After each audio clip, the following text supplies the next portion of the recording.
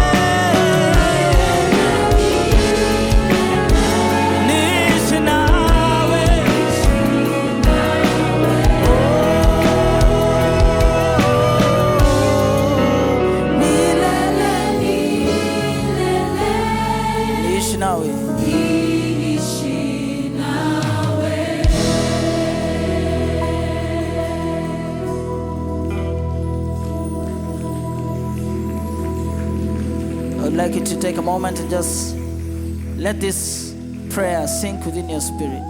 This is your moment with God. Not your spouse, not your church. For the musicians who are here, not your instrument, just you. Because that's a prayer David made and a resolve in his heart.